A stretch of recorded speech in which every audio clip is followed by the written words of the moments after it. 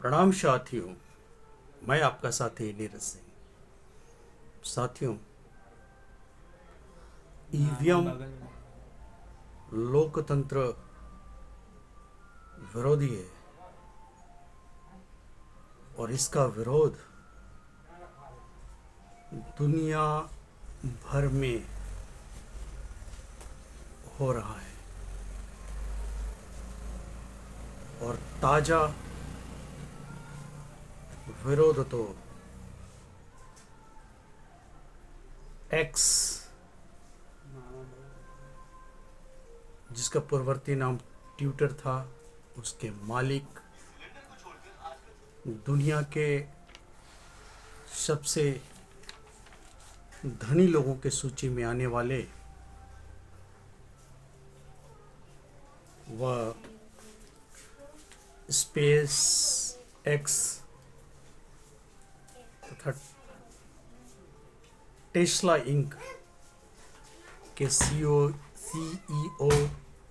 वो founder Elon Musk से जुड़ा हुआ है। एलन मस्क ने तो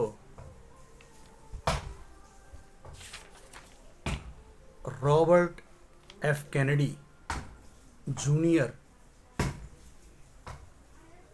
के एक ट्वीट का जवाब देते हुए, उस ट्वीट पे प्रतिक्रिया देते हुए एलन मस्क ने तो कहा कि ईवीएम को हटा देना चाहिए। ईवीएम किसी आदमी द्वारा या एआई, आर्टिफिशियल इंटेलिजेंस के द्वारा इसे हैक किया जा सकता है। दरअसल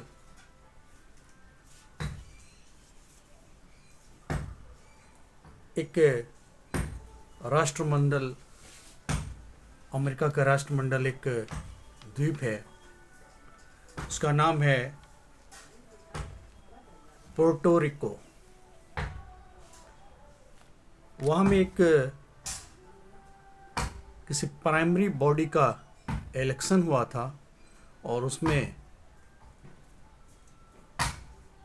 ईवीएम द्वारा इलेक्शन हुआ था, मतदान हुआ था और उसमें तमाम धांधलियां हुई थी ईवीएम में। और इसका रिपोर्ट अमेरिकी की प्रतिष्ठित अखबार एसोसिएटेड प्रेस में इसका रिपोर्ट आया था। ये न्यूयॉर्क की बहुत प्रतिष्ठित अखबार है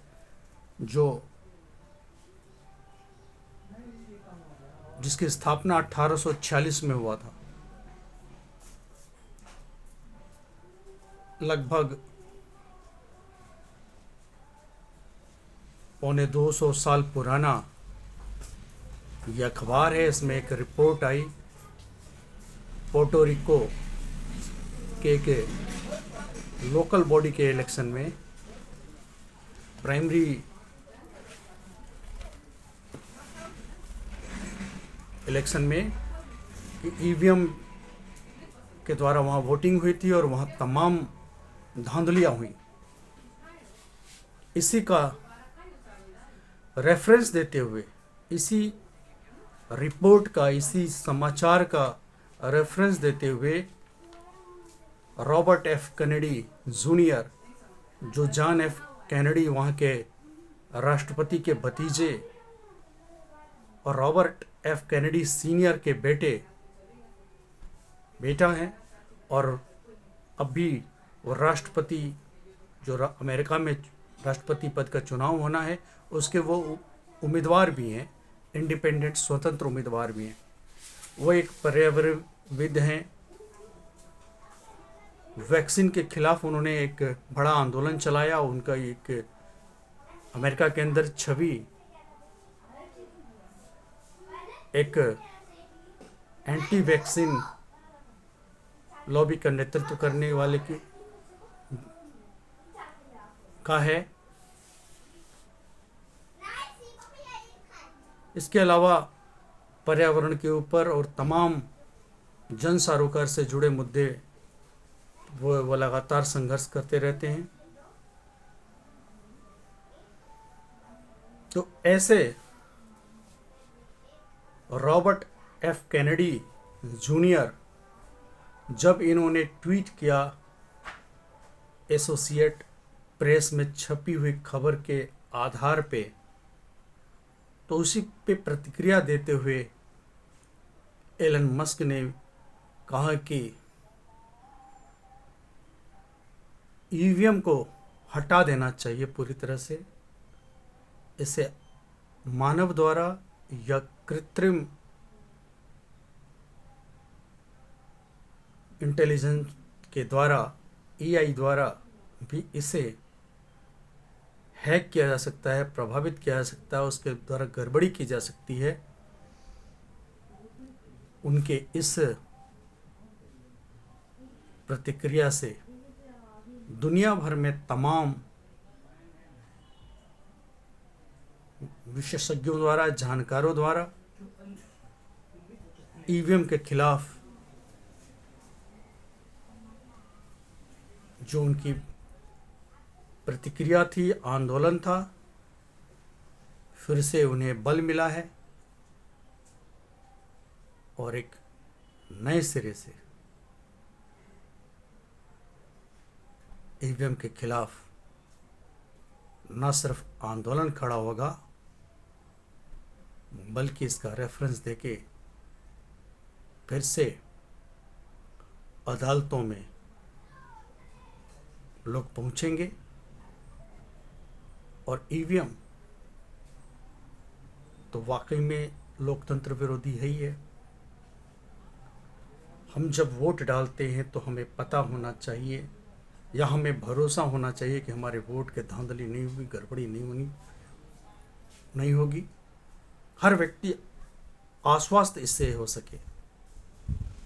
मैं जब मोहर मारूंगा तो मुझे ये पता होगा कि हमने इस पे मोहर मारा है। बटन हम दबाते हैं तो बटन और वोट के बीच में एक तकनीकी फासला होता है। कई डिवाइसेस लगाई जाती हैं, तो वहाँ तो गड़बड़ी होने की पूरी संभावना है और इसी के आधार पे विरोध होता आया है। ये तो एक्सपर्ट की बात है, लेकिन एक सामान्य व्यक्ति जो तकनीक नहीं जानता,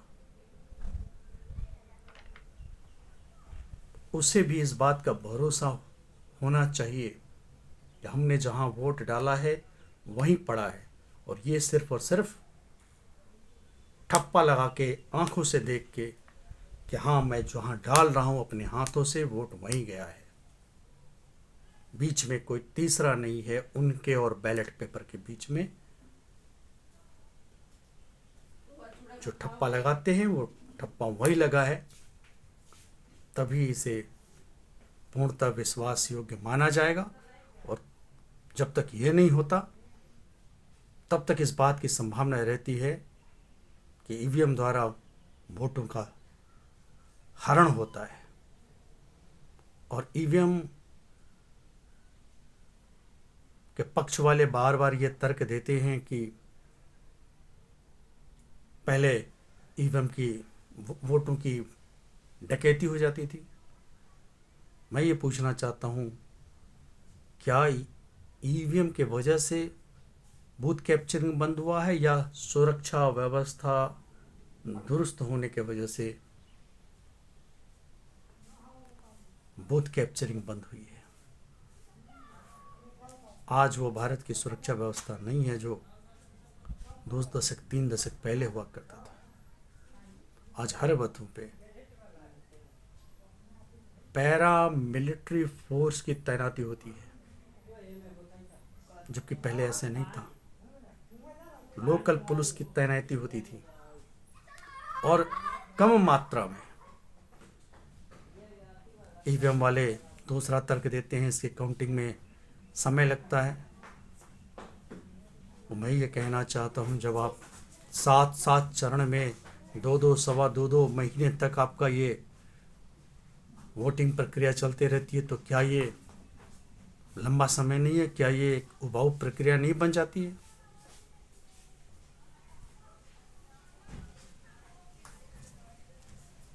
तो इसलिए अब यह आपका तर्क चलने वाला नहीं है, जब एलन मस्क जैसा, जिनका खुद का एआई की कंपनी है,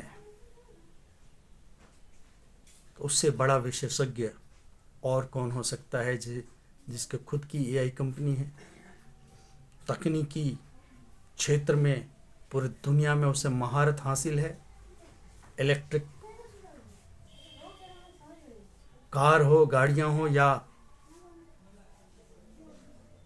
स्पेस, अंतरिक्ष में सैटेलाइट से संबंधित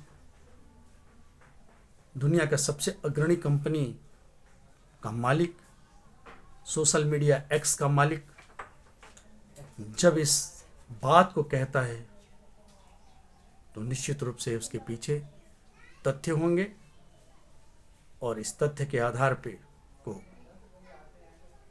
देश भर में, दुनिया भर में ईवीएम के ऊपर एक नए सिरे से बहस